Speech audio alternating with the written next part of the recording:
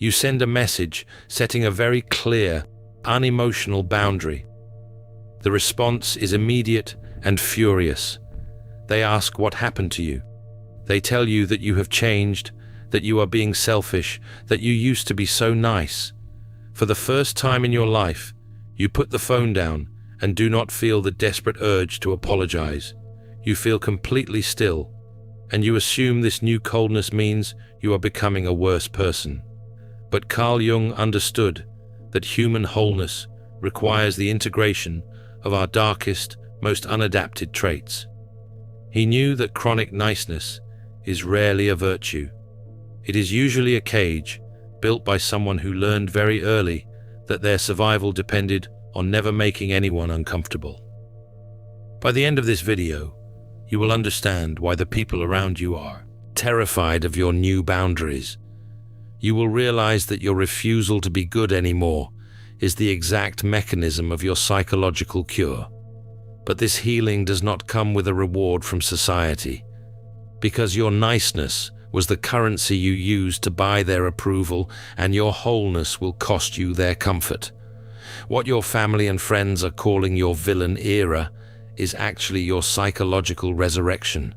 But first, we need to examine the specific disease that made you so accommodating in the first place, and why your psyche could not afford to sustain it for one more day.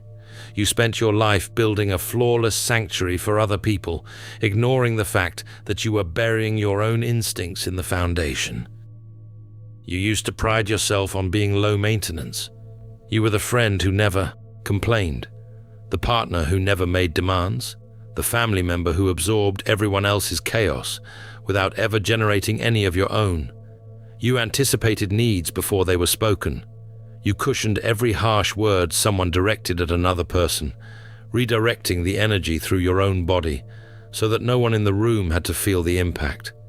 You wore a mask of constant, pleasant agreement, and you wore it so long that you forgot there was a face underneath it. You thought this was emotional intelligence. You called it empathy. You believed that your ability to monitor an entire room of emotional temperatures simultaneously and adjust your behavior to keep every single person comfortable was a sign that you were highly evolved. That you were somehow more spiritually advanced than the people who lost their tempers, who set blunt boundaries, who walked away from conversations without checking to see if everyone was okay. In reality, you were exhausted, operating on a level of hypervigilance that was wearing your nervous system down to the wire. Your body was running a surveillance program 24 hours a day, scanning for threats disguised as other people's moods, and the energy cost of that program was everything you had. You remember the specific feeling, even if you could never name it, walking into a room and immediately conducting a silent inventory of every emotional state present. Who is tense? Who is about to be triggered? Who needs to be managed before they detonate the mood for everyone else? You did this automatically, the way other people breathe. And by the time the gathering was over, by the time you had successfully navigated the emotional minefield, without anyone noticing, you were the one diffusing the charges. You would get in your car and sit in the driveway for 20 minutes because you did not have enough energy left to walk inside your own house. Nobody ever asked where your energy went.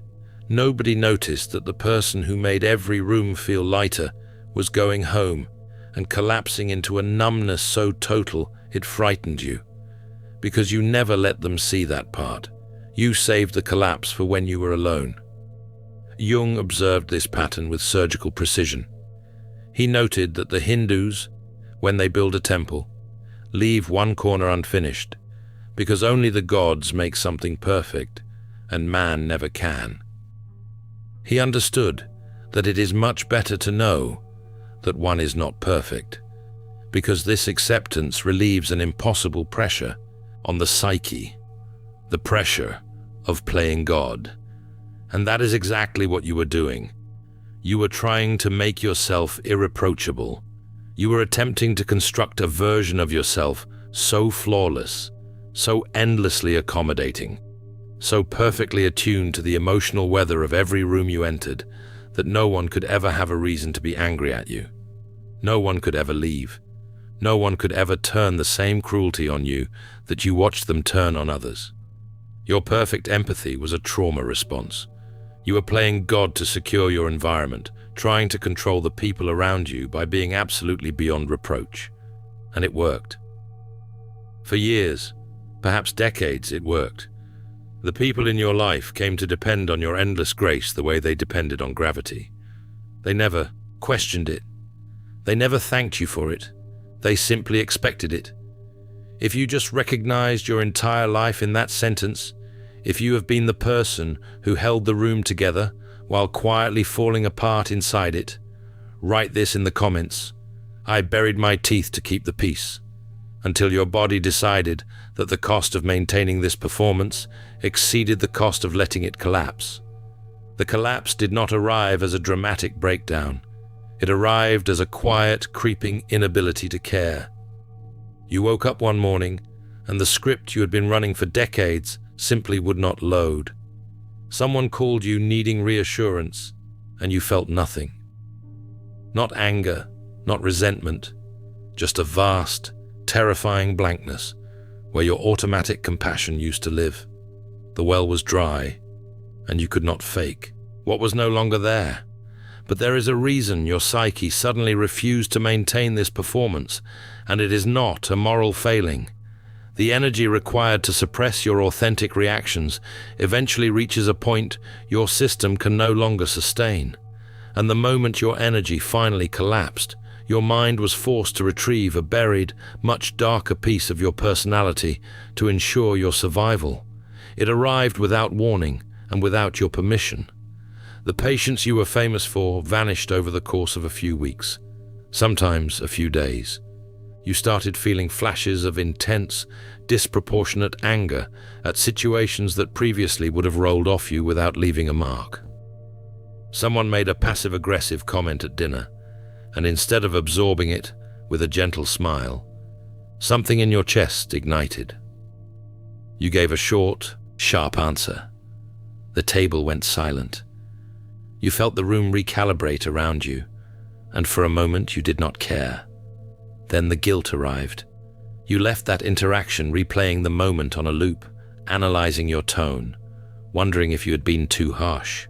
You told yourself this new edge was a regression, that you were losing the compassion you had worked so hard to cultivate. You worried you were turning into the kind of person you had spent your life trying to protect people from. You were not regressing.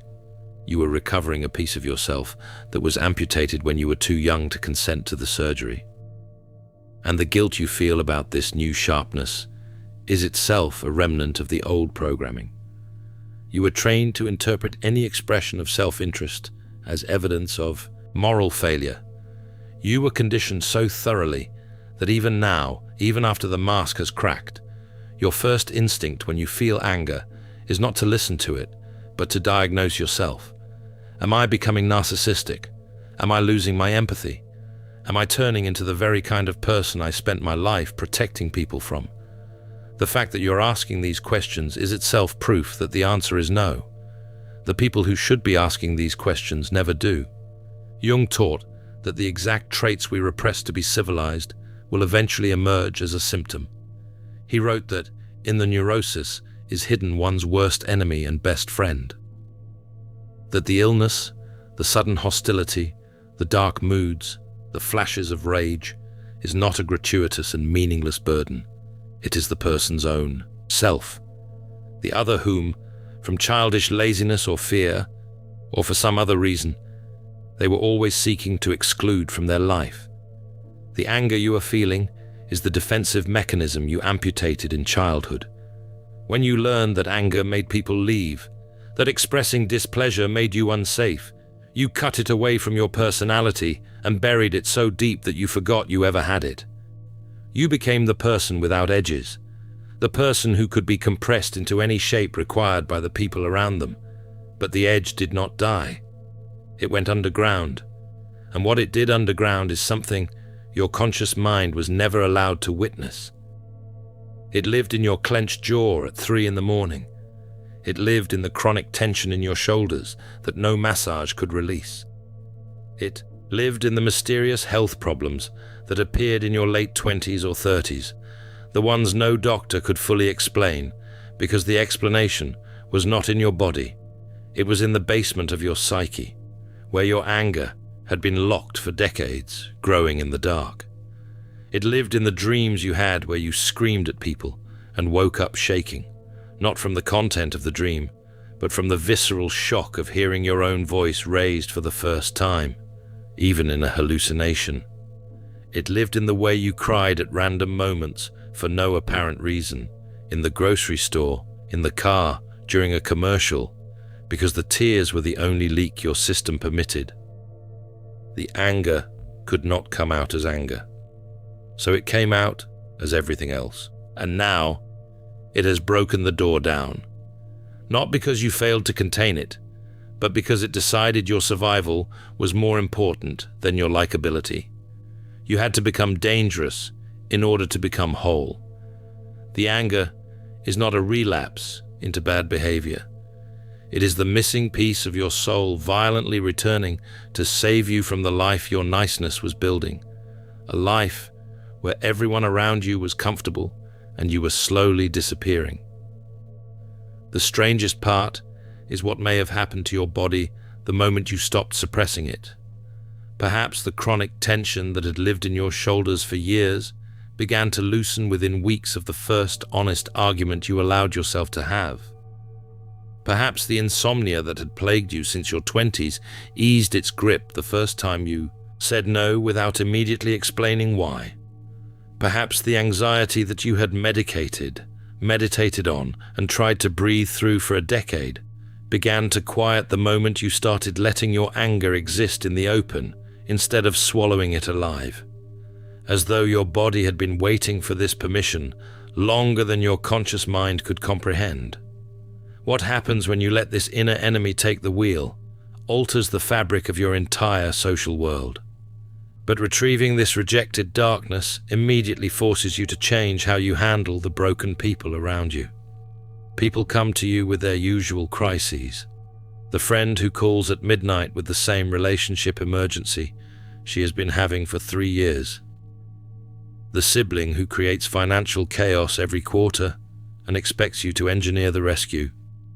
The parent who manufactures emotional emergencies specifically calibrated to activate your protective instincts. They arrive expecting the same thing they have always received from you. They expect you to absorb their panic, metabolize it inside your own body, and hand them back a solution wrapped in the reassurance that everything is going to be fine. They expect you to jump into the burning building with them, the way you always have. But this time, you simply listen. You let them describe the fire, and then you do something that feels, to both of you, like the most violent act imaginable.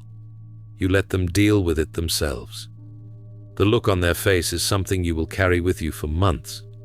It is not just disappointment, it is betrayal. They are looking at you as though you have broken a contract that was supposed to be permanent, as though your entire value as a human being was located in your willingness to bleed on their behalf, and you have just declared bankruptcy. Jung understood this dynamic at a level that most modern psychology still refuses to reach. He stated explicitly that he never had the intention of being a missionary or a savior. He said that if he had wanted to save people, he would have used a clever trick, but he refused to cheat people out of their mistaken faith.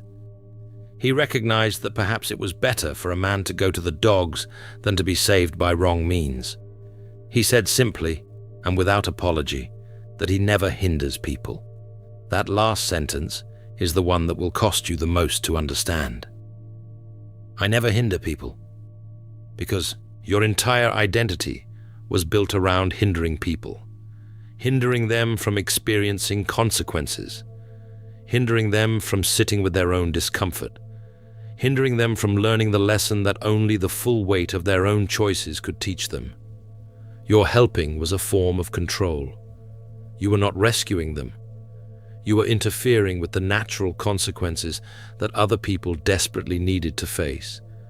Every crisis you absorbed, every emotional fire you extinguished, Every time you stepped between a person and the wall they were about to hit, you were stealing from them. You were stealing the exact impact that would have forced them to change. And the reason you did it was not compassion. Not entirely. The reason you did it was because watching someone you love suffer the consequences of their own actions activated a terror inside you. A terror that was older than language. A terror that said if you did not fix this, if you did not make it better, you would be the one who was abandoned. You would be the one who was not enough. The child in you was still performing, still earning their place at the table by being indispensable, and every rescue mission was another payment on a debt that was never actually yours. The heavy, sobering weight of that realization is this: you were not being selfless, you were being terrified. And the mask of the savior was the most sophisticated version of the pleasing mask, because it let you control other people's lives while looking like a saint. Think about what that means for every sacrifice you ever made. Every night you spent on the phone talking someone off a ledge when you were the one who needed sleep. Every weekend you spent solving someone else's crisis when your own life was quietly falling apart in the background.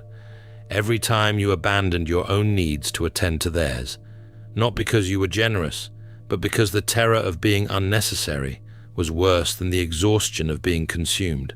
Your selflessness was a survival strategy wearing the mask of love. The person you were saving did not need saving. They needed the wall. They needed the consequence. They needed the full, undiluted experience of their own choices landing on their own body. And every time you intercepted that experience, you did not rescue them. You delayed the very thing that would have set them free. If you are recognizing yourself in this pattern, if you have been the person who absorbed every crisis while your own life quietly deteriorated in the background, and you are realizing for the first time that your selflessness was a cage you built around yourself. The alchemist's path was written for exactly this moment. It gives you Jung-based boundary drills, perception training for empaths, and 3 exclusive chapter videos to turn that recognition into a practice you can use. 236 pages, downloadable now at thesurrealmind.com. And the moment you resign from this role, you trigger a terrifying reaction from the collective. Stepping down as the designated savior guarantees a violent and unavoidable social punishment. The dynamic shifts overnight. Because you no longer provide the endless emotional supply, the relationships that were built on that supply begin to show their true architecture. And the architecture was never love. It was extraction. The friend who called you every week stops calling altogether when she realizes you will no longer perform the emotional labor of processing her crises for her. She does not call to check on you. She does not call to ask how you are doing. She simply vanishes, and her vanishing tells you everything you needed to know about what she was actually there for. The family labels you first: difficult, then rigid, then selfish, then cold. The vocabulary escalates in proportion to how firmly you hold your ground. And the labels are strategic, even when the people using them are not conscious of the strategy. Each word is selected to activate your oldest wound, the terror of being unlovable if you are not useful. They know, on some level beneath language, exactly which words will make you fold. They have been calibrating this vocabulary your entire life. You find yourself sitting alone on a Saturday night, looking at the ceiling, realizing that your social circle was not a circle at all. It was a feeding structure. And you were the source. Jung never promised that this would make you popular. He never framed individuation as something that would earn applause. He called the development of personality a charisma and a curse. A charisma because it is the highest form of human achievement, the creation of a conscious, whole individual. And a curse because its very first fruit is the conscious and unavoidable segregation of the single individual from the undifferentiated and unconscious herd. That word, herd, it sounds cruel when you apply it to the people you love. But Jung did not use it as an insult. He used it as a diagnosis. The herd is any group that requires unconsciousness for its continuation, any family, any friendship circle, any community that can only function when its members agree to suppress their individual truth in service of collective comfort. And you have been a member of this herd. You paid your dues in swallowed anger and absorbed pain, and boundaries you let slide because the alternative felt like exile. And now you are in exile. And the exile is not what you expected. You expected devastation. You expected to crumble the moment the last connection severed. You braced yourself for the loneliness the way you brace for a car accident, tensing every muscle, closing your eyes against the impact. And the impact came, but it did not destroy you. It clarified you. Because the exile is quiet. The exile is a room with your own thoughts in it, and nobody else's emergencies interrupting them. The exile is waking up in the morning without the weight of someone else's emotions already pressing on your chest before your feet touch the floor. The exile is sitting with a cup of coffee and realizing that the anxiety you thought was a permanent feature of your personality was actually the constant hum of a surveillance system that no longer has anything to monitor. The exile is grief and freedom living in the same body at the same time. And some mornings the grief wins, and some mornings the freedom wins, and both of those mornings are more honest than any day you spent performing contentment inside a group that required your silence. The people who are reacting to your boundaries are not reacting to your cruelty. They are reacting to the loss of a resource. You were the person who made the system run. You were the shock absorber, the translator, the mediator, the one who turned everyone's raw emotional material into something manageable. And now you have removed yourself from the machine. The machine is shaking. It is sputtering, and the people inside it are looking around for the part that went missing, and they are furious that the part has decided it is a person. This is the profound, agonizing grief of outgrowing your environment. It is not a clean break. It is not a triumphant walk into the sunset. It is the slow, terrible recognition that the people who were supposed to know you best never actually knew you at all. They knew the mask. They loved the function. And when the function stopped, so did their version of love. And there is a specific grief reserved for this particular realization that has no equivalent in any other kind of loss. It is not the grief of losing someone who died. It is not the grief of a relationship that ended because of incompatibility. It is the grief of discovering that the relationship you mourned never actually existed in the form you believed it did. You are grieving a phantom. You are mourning the version of the connection you thought you had, the one where they loved you, and not just what you did for them. And the cruelty of this grief is that you cannot share it with anyone, because the people who would have comforted you are the same people who created the wound. This profound isolation is the final forge required to permanently lock your new psychological structure into place. You did not lose your compassion. You finally starved the parasite that was feeding on it. For years, your compassion was not a gift you gave freely. It was an extraction, a tax levied on your nervous system by every person who learned that you would give it without limit and without cost to them. You confused depletion with generosity. You confused exhaustion with empathy. You confused the systematic emptying of your inner world with spiritual maturity. And when you finally stopped, when you pulled the supply line clean out of the wall, the people who depended on it did not say thank you for everything you gave. They said, what happened to you? They said, you used to be so nice. They said, I do not recognize you anymore. They are correct. They do not recognize you because the person they are looking for no longer exists.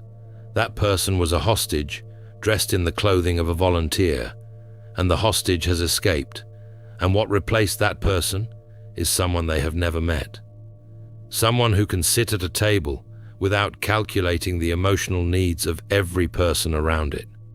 Someone who can receive a phone call and decide, without guilt, that they do not have the capacity to answer it tonight.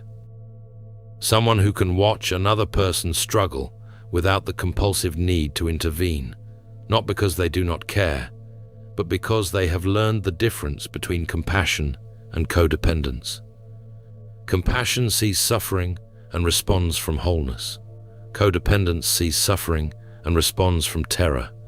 And you spent your entire life confusing the second for the first.